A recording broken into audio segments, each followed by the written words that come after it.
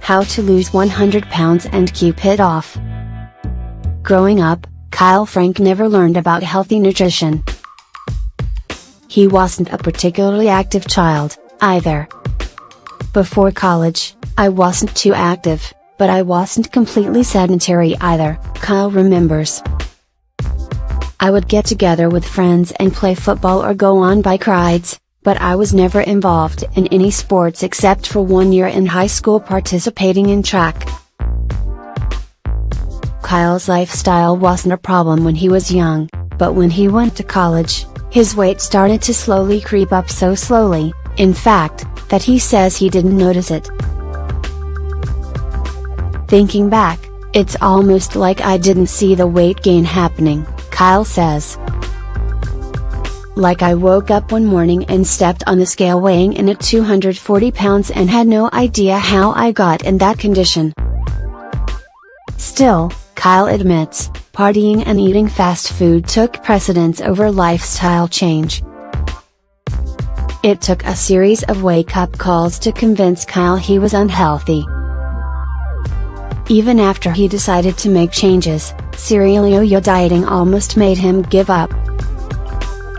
But eventually, Kyle figured out how to feed his body in a healthy way. That 100 pounds he lost?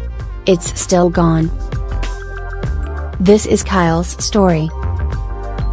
Age, 22, height, 5'7", weight, 240 pounds. Body fat, 25. Age, 30, height, 5'7", weight, 165 pounds. Body fat, 8. What was your lifestyle like in college? After high school and during my first couple of years of college, I was only interested in hanging out with friends and partying. Heavy drinking and poor nutritional choices led to steady weight gain. My food choices were anything and everything. I had no knowledge about nutrition, nor did I care.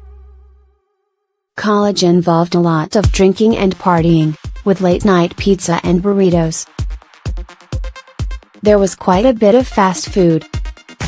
What was your aha moment? At first, I didn't care too much about the weight gain and kept up with my normal partying lifestyle. But as time went on, there were 3 different events that flipped the switch in my head and made me realize I wanted to do something about my weight. First, I noticed I could no longer bend over to tie my own shoe. My stomach would get in the way, pushing against my legs, making it difficult to breathe. Second, I was supposed to join my brother and his friend to go skydiving, something I'd always wanted to do. Upon arriving at the airfield, I discovered I was over the weight limit to do a tandem skydive with an instructor. Third, one morning while getting ready for work, I was putting on the pair of jeans that I always wore. After I buttoned and zipped them up, I tried to adjust the pocket. In doing so, I split open the crotch. Although I was alone at the time, I felt humiliated. I couldn't believe I'd let myself get to the condition I was in. I was sick of missing out on life by not being able to do things I wanted to do, and I was sick of feeling insecure. I wanted to change to ensure I would be able to live the life I wanted in the future. What's the first step you took toward making a change? I researched everything I could get my hands on, including tons of different diets and training plans. I found people in the fitness industry who inspired me with their videos or blogs. I tried so many different diets and meal plans, as well as tons of different exercise routines. It was a challenge for me to be consistent with everything. I would switch programs quickly or be distracted by a new diet. I think I would have seen results faster if I had stayed consistent. What finally made you stay consistent? I stopped trying every fad diet and workout routine, and simplified the process for myself. I set smaller, more achievable goals, like eating more whole foods and going to the gym 3 times a week. Once that became habit, I was able to build on it. Eventually I turned to flexible dieting so I could eat in a healthy way without depriving myself. What's your secret to long-term maintenance? I stopped believing there are good and bad foods. I allow myself to have anything I want, but I manage the quantity. This was a huge mental shift for me. I count macros and change them depending on my goal. I no longer feel restricted to a few select foods. Since I no longer feel deprived, I no longer have the need for cheat days. To me, the secret is finding what works best for you. This will result in increased consistency and adherence. What was the difference between the approach that made you yo-yo and the approach that worked? In the beginning of my weight loss journey, I restricted certain foods, trying to eat clean and whole foods, and definitely under eating. I struggled with how restrictive that was, and felt like I wasn't enjoying the food I was eating because it was so plain and boring. I remember initially being hungry because I wasn't consuming enough calories. I still had to be in a caloric deficit when I switched over to counting and tracking macros in order to lose weight. The difference was that since I was tracking food, I had objective data to look at and know where to make adjustments if my weight loss plateaued.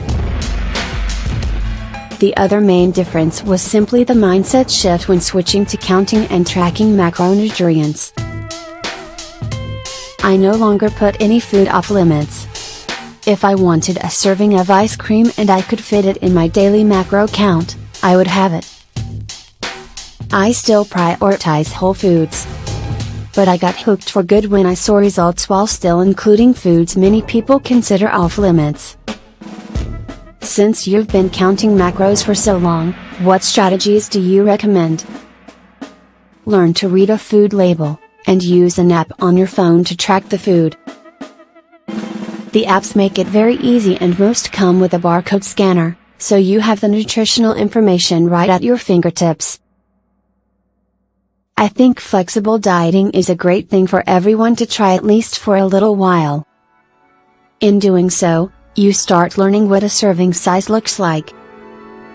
You also begin to understand the macronutrient composition of foods. I have been doing it long enough that I can look at most food items and more or less know their serving size and the macronutrient makeup. That knowledge can help anyone trying to lose weight. How did bodybuilding come help you reach your goals? Bodybuilding.com was the first website I came across when I decided I wanted to transform. The articles, videos, and training programs I found kept me motivated. I always read the new articles that come out to keep learning. I find lots of tasty recipes, and I always find inspiration. I honestly give bodybuilding.com the credit for sparking my interest in fitness and giving me the motivation that has put me on the path to where I am today.